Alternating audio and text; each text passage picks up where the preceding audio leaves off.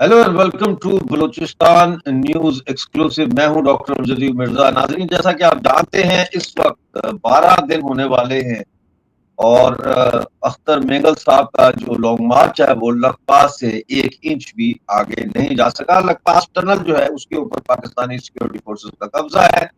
जगह जगह पर वो सड़कें जो सी पैक के लिए बनाई गई थी और उनकी बड़ी शोहरत की गई थी कि जी सी पैक बन रहा है और ये सड़कें बन रही हैं, उन्हीं सड़कों को आज पाकिस्तान की फौज और उनकी फ्रंटियर वर्क्स ऑर्गेनाइजेशन और दीगर कंस्ट्रक्शन कंपनियों के जरिए तोड़ा जा रहा है। उन्हीं हाईवेज को आज उन पे ट्रेंचेस बनाई जा रही हैं, उनको खोद के खड्डे बनाए जा रहे हैं ताकि अख्तर मेंगल साहब का जो लॉन्ग मार्च है वो ना हो सके। इससे तो दो बातें साबित होती है। एक तो ये कि वाकई में ये जो हाईवेज बन रही थी, ये इन हाईवेज का मकसद जो है वो मुआशी इस्तेहसाल था, इकोनॉमिक एक्सप्लॉयटेशन था। और उस इकोनॉमिक एक्सप्लॉयटेशन के खिलाफ अगर कोई मार्च होता है या कोई एहतजाज होता है तो उसकी इजाजत नहीं दी जा सकती, चाहे उसके लिए सड़कें ही क्यों ना खोदनी पड़े। हमारे साथ बलूचिस्तान के इस मोड़ पे, जिस मोड़ पे बलूचिस्तान खड़ा है, इसको डिस्कस करने के लिए हमारे साथ इंडिया के इंतहाई महत्वपूर्ण important strategic and political analyst major general Sudhakar ji हमारे साथ जुड़े हैं। उनको साथ शामिल कर लेते हैं। जी, आपका बहुत स्वागत है। Thank you for joining sir. Thank you so much doctor Mirza ji. मैं तो दिल्ली से कुछ घंटे पहले आके वापस पहुंचा था, तो आपका मैसेज देख के मैं बोला कि इसको जल्दी खत्म करते हैं। बीच में ये बताइए कि इस वक्त आप बलूचिस्तान की सूरत को कैसे देखते हैं, कैसे एवेल्युएट करते हैं? अच्छा सवाल पूछा है आपने। मैं सिर्फ मेरे अंदाज के मुताबिक पाकिस्तान अभी चारों तरफ से कॉर्नर हो गया है। मैं तो कोई चैनल का इंटरव्यू ले रहे थे, मैंने बताया पाकिस्तान का जो टू फ्रंट बोलते थे पहले, आजकल नो फ्रंट हो गया है। पाकिस्तान का हर दिशा से हमला हो रहे हैं पाकिस्तान के खिलाफ। उसके सिक्योरिटी फोर्सेस के जो नुमाइंदे हैं, ये लड़ाई को डट के कन्फ्रंट करना नहीं चाह रहे हैं। काफी जवान जो है हाथ खड़ा कर रहे हैं। ऑफिसर लीडरशिप में काफी भेदभाव नजर आ रहे हैं। काफी for serious fault line, senior officers और जूनियर ऑफिसर्स का मैं कहूंगा कर्नल्स एंड बिलो एक ग्रुप बन गए हैं, और दूसरे जो कर्नल्स के ऊपर है, brigadier, major general, lieutenant general, ये एक अलग ग्रुप बन गया है। तो ऐसा परिस्थिति में बलूचिस्तान का जो मोमेंटम बिल्ड हो रहा है, दिल्ली, कहीं एक मैं पढ़ रहा था, कल दिल्ली में था, किसी के लाइब्रेरी में बैठ के पढ़ रहा था, दिल्ली ज्यादा नहीं 30 से 35 पाकिस्तान आर्मी के जो पर्सनल है इतने मर रहे हैं या ज्यादा मर रहे हैं, 40 के आसपास, यानी कि एक महीने में 1000 सैनिक उनके डेथ हो रही है। ये किसका बयान है? ये कोई आईएसपीआर का, कोई शायद डीजी साहब ने बयान दिए हैं या किसी ने बयान दिया है, उसको रिकॉर्डिंग करके उस दिशा में उस तरह वायरल हो रहा है। तो ये पढ़ के मैं भी हैरान हुआ। अगर इस हिसाब से आप देखेंगे तो पाकिस्तान किस तरफ हेड कर रहा है, वो ऐसा एक परिस्थिति में आके पहुंचे हैं कि वो बोलते हैं ना, between the devil and the deep sea. उनको अगर आगे नहीं जा पा रहे हैं ना पीछे भी हट पा रहे हैं, बीच में वो सैंडविच हो गए। अभी आप देखिए बलोच की तरफ से, ये जो रिबेलियन है ये अभी का नहीं है। किंग ऑफ कलाट को जब पकड़ के ट्रीटी ऑफ एक्सेशन साइन हुआ था 1948, जो जिन्ना साहब ने कराया था एट गन पॉइंट, जोर जबरदस्ती, वो एक इंडिपेंडेंट कंट्री होने के बावजूद, स्टैंड स्टिल एग्रीमेंट के बावजूद, उन्होंने एक जनरल साहब को भेज के एक लेफ्टिनेंट कर्नल कमांड के नीचे उसको पकड़ के उठा के ले आया, कराची में जोर जबरदस्ती साइन कराया। और जबकि जबकि बलूचिस्तान एक इंडिपेंडेंट कंट्री होने के नाते उनके जो चैम्बर्स होते हैं, चैम्बर को लोअर हाउस और अपर हाउस को कहते थे उन दिनों में चैम्बर्स, सिर्फ चैम्बर्स का ही कॉन्स्टिट्यूशन, उनका अलग कॉन्स्टिट्यूशन था। कॉन्स्टिट्यूशन इजाजत दिया था कि ये जो अपर और लोअर हाउस उसको डिसीजन लेंगे। डिसीजन उनका यही था, फैसला, कि पाकिस्तान के साथ किसी भी हालत में ये वो एक्सीड नहीं करेंगे या पाकिस्तान के साथ जोड़ेंगे नहीं। ये बिल्कुल क्लैरिटी के साथ लिखा हुआ है। जब किंग ऑफ कलात को गन पॉइंट पे है, जोर जबरदस्ती साइन कराया गया स्टैंड स्टिल अग्रीमेंट के बावजूद। उनका भाई था करीम, करीम एक रिबेलियन स्टार्ट किए थे इंसर्जेंसी, उस समय की बात है।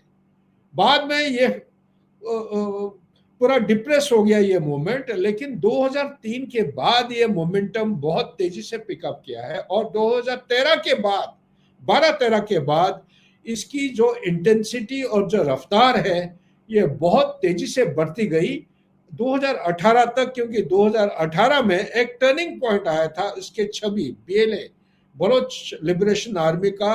पहले जो उनको फ्रीडम फाइटर अमेरिका का कांग्रेस मानता था 2012 की लेजिस्लेशन के मुताबिक, 2018 को डोनाल्ड ट्रंप ने पाकिस्तान का प्रेशर के वजह से उनको टेररिस्ट बोलना शुरू कर दिया। तो उसके बाद ये एक्चुअली मेरे विचार के मुताबिक ये एक अहम टर्निंग पॉइंट है।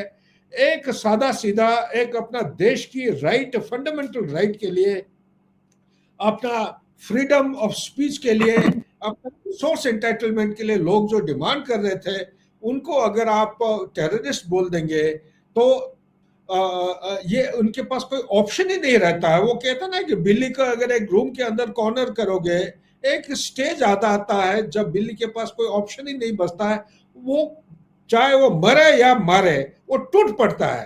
तो वही स्थिति अब ये हो गया बालोची को। लेकिन आपका एक, मैंने कल न्यूज लिंक सुना, मैं आपका न्यूज लिंक को सुनता हूँ, बहुत गहराई में रिसर्च करता हूँ क्योंकि आप एक बहुत ही अहम एक रिसर्च स्कॉलर हैं, काफी गहराई में जाते हैं।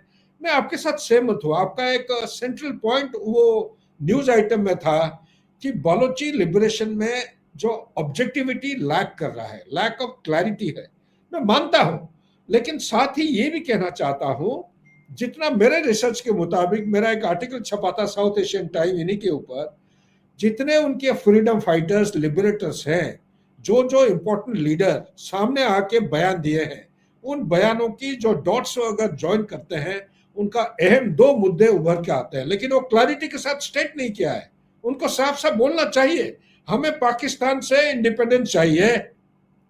जैसे वो आप तहरीक तालिबान पाकिस्तान ने बोला 3 मुद्दों के साथ, एक शरिया लॉ, एक पाकिस्तान मशीनरी को, एडमिनिस्ट्रेटिव मशीनरी को नकारा करना है, और तीसरा है दुरान लाइन। उन्होंने 3 ऑब्जेक्टिव क्लियरली डिफाइन किया है। तो इसी तरह ये जो बलोच लिबरेशन फ्रंट है या बलोच नेशनल आर्मी या जो भी है, एक वो एकजुट हो गए, सब इकट्ठे आ गए। अभी उनकी तरफ से जो टॉप लीडरशिप है उनको बयान करके बताना चाहिए उनकी ऑब्जेक्टिव क्या है, डिमांड क्या है। मेरा स्टडी और रिसर्च के मुताबिक आपकी बात के साथ मैं सहमत हूं। लैक ऑफ क्लैरिटी इसलिए हो रहा है क्योंकि इस चीज को बार बार उसको दोहरा नहीं रहे। दोहराना निहायत आवश्यक है। ऐसा जो फ्रीडम मूवमेंट में नहीं दोहराएंगे वो फिर भिक्षा वो खिचड़ी बन जाएगा। उनको एक चीज बताना जरूरी है कि नंबर 1 उनका मुद्दा है पाकिस्तान से इंडिपेंडेंस चाहिए या हमें फ्रीडम चाहिए।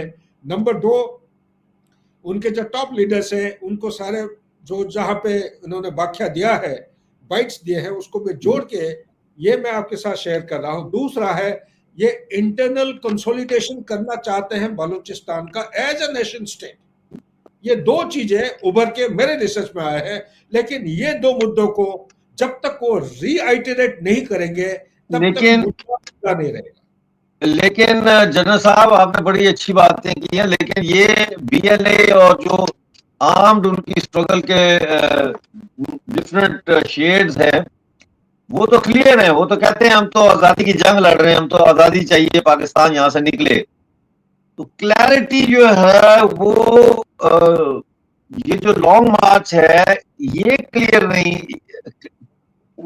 मतलब लोग ये जो यकजहती कमेटी है, डॉक्टर मारंग बलोच और बलोच यकजहती कमेटी की लीडरशिप, और इसी तरह से जो ये अख्तर मेंगल साहब की लॉन्ग मार्च है, ये लोग जो है अभी भी मुझे ये लगता है कि पाकिस्तान के आइन के अंदर रहते हुए, पाकिस्तान के कॉन्स्टिट्यूशन के अंदर रहते हुए ये अपनी डिमांड्स को पूरा करवाना चाहते हैं। ये पाकिस्तान के तरफ इनका रुख है पूरी तरह से। वो होप की और जो है ना वो अम्बिलाइकल कॉर्ड जो है वो पूरी तरह से कटी नहीं है।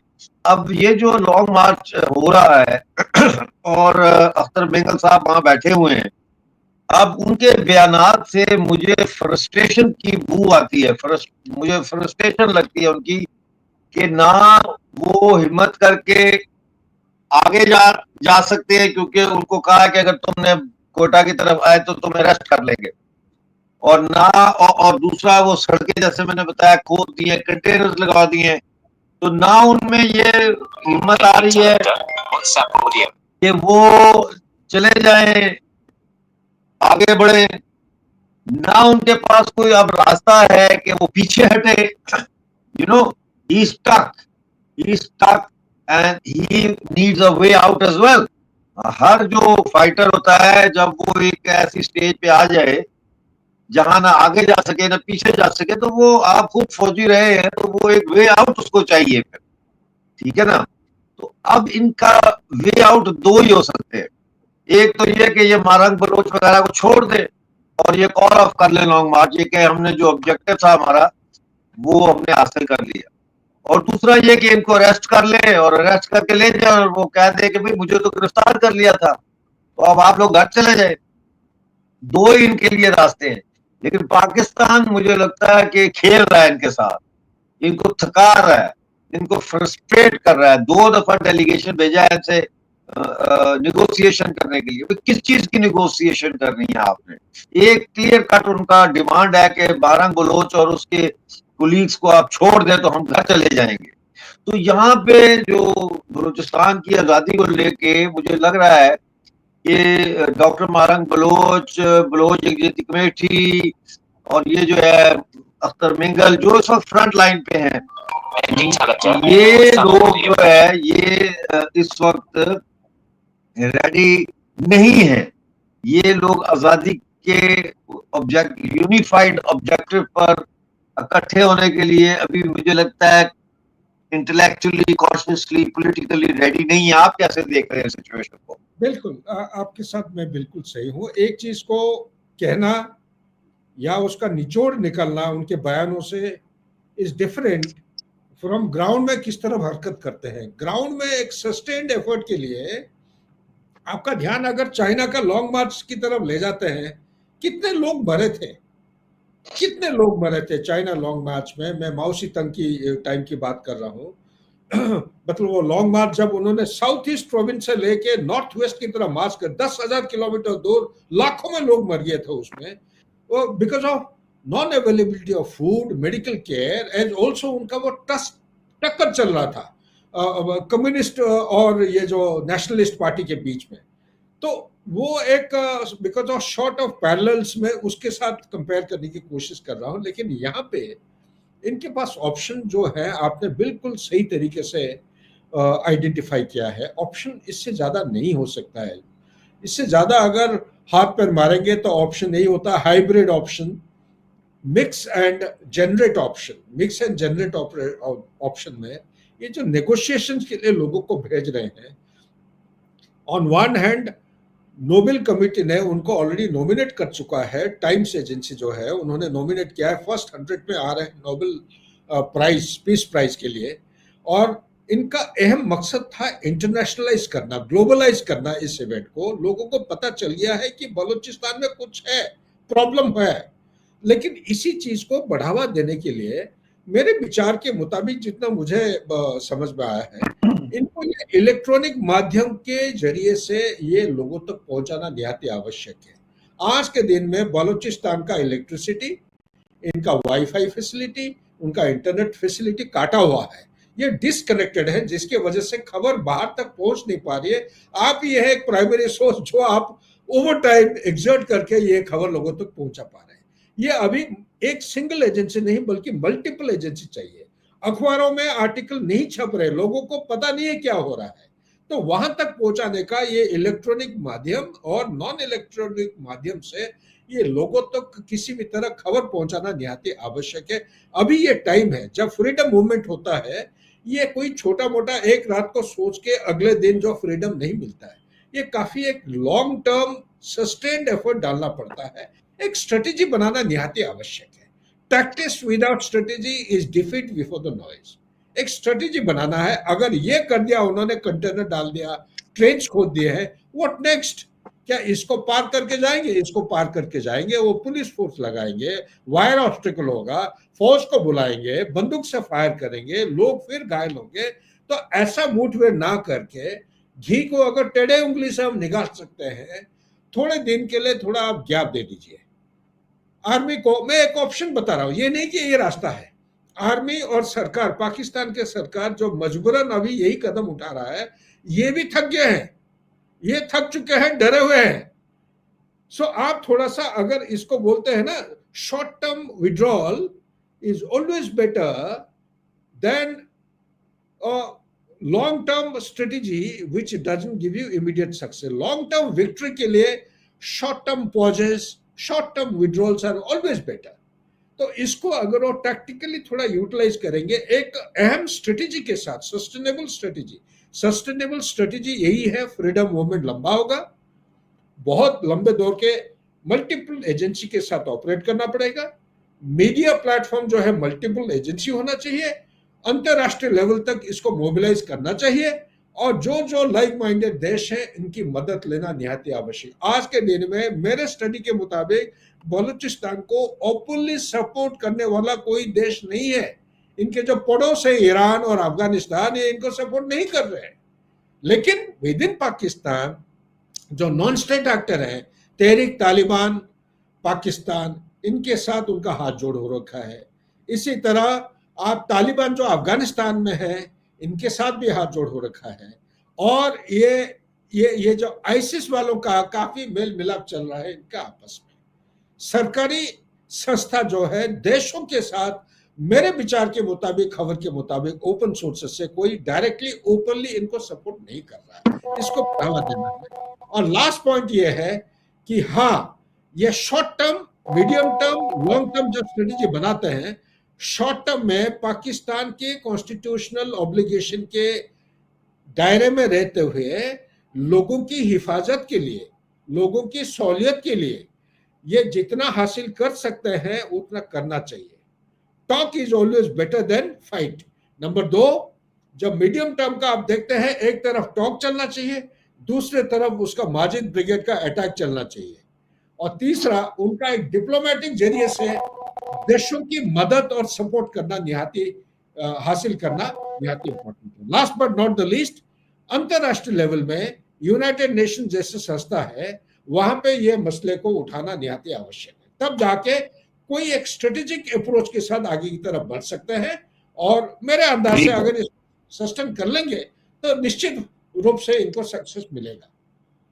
सक्सेस दो रकम, एक है ऑटोनॉमी, सक्सेस दो रकम के मिल सकते हैं। एक है ऑटोनॉमी, जो बेसिक फंडामेंटल राइट, आज के दिन में जो 15 मिलियन 1.5 करोड़ बलोचिस हैं, 70% पॉपुलेशन उनका बिलो द पॉवर्टी लाइन है, 70%, ठीक है नहीं। इसी तरह अगर अनएम्प्लॉयमेंट अपॉर्चुनिटी देखेंगे, सबसे ज्यादा बलूचिस्तान के है अनएम्प्लॉयमेंट। रिसोर्सेस रेवेन्यू 1.5 बिलियन उनका ऑयल एंड गैस का रेवेन्यू जनरेट हो रहा है, बिल कितना ला रहा है उसमें से $116 मिलियन। सो ये देखिए मिसमैच, डिसप्रोपोर्शनेट जो मैचिंग हो रहा है, इस किस्म की मैच। गवर्नमेंट पॉलिटिकल राइट, इनके जो पॉलिटिकल सीट कितने हैं, जो नेशनल असेंबली में 20 है।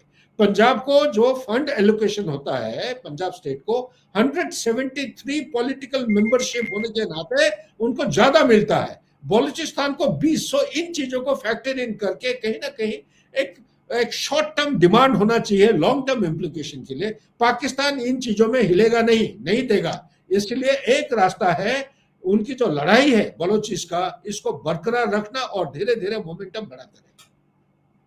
तो आप ये समझते हैं कि इस वक्त अगर ये अभी तो कल जो है वो डॉक्टर मारंग बलोच ने अदालत में उनकी पेशी भी है, तो हो सकता है कि स्टेट घबरा के जमानत ही दे दे। लेकिन फर्ज करें कि अगर वो मारंग बलोच को नहीं छोड़ते और ये स्टेलमेट हो जाता है यहाँ पे, do you think it would be wise decision to call off the long march and go back and rethink resistance strategy? नहीं, आई डोंट थिंक सो। मेरे ओपिनियन में लॉन्ग मार्च का जो इरादा है उसको पक्का होना चाहिए।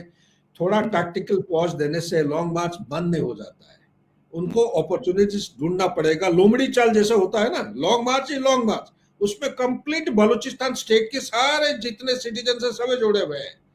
थोड़ी देर के लिए बंद हो सकता है, जब पूरा मास मोबिलाइजेशन हो जाता है, सब इकट्ठा आ जाते हैं, चाहे वो कितने भी मोर्चे खोद लें, कितने भी वो कंटेनर ला के लगा दे, इनको रोक नहीं सकता। ये दरिया की तरह, समुद्र की तरह जब लहर आता है ना, ये पूरा पाकिस्तान को, ये तहरीक तालिबान एक तरफ से, दूसरे तरफ से तालिबान, तीसरे तरफ से आपका हिंदुस्तान के जो ग्रुप है, एक ग्रुप आपका नया कुछ और आया है, ई जिहाद, ये भी पूरा घेर लेगा पाकिस्तान को, कोई रास्ता नहीं मिलेगा। एक तरफ से बंद कर सकते हैं, बाकी तरफ से नहीं कर सकते। Thank you very much for being with us. हमने आपका 15 मिनट का टाइम मांगा था, लेकिन 21 मिनट हो गए, थोड़ा ओवर हो गया। लेकिन आपकी बातें ऐसी होती है ना कि जैसे बात से बात, तो वो इतना सीखने को मिलता है। बहुत शुक्रिया आपका आज हमारे साथ जुड़ने का। Thank you very much, and we will see you next time. नाज़रीन, जैसा कि आपने सुना, जनरल साहब का भी यही ख्याल है कि क्लैरिटी ऑफ ऑब्जेक्टिव बहुत जरूरी है। यानी कि आपका ऑब्जेक्टिव क्या है, मेन गोल क्या है, मंजिल क्या है, वो पता होना चाहिए। उसके बाद आपके मुतालबात है, लेकिन वो सारा ठीक है। दूसरा, वो इस बात से एग्री करते हैं कि लॉन्ग मार्च को कॉल ऑफ नहीं करना चाहिए।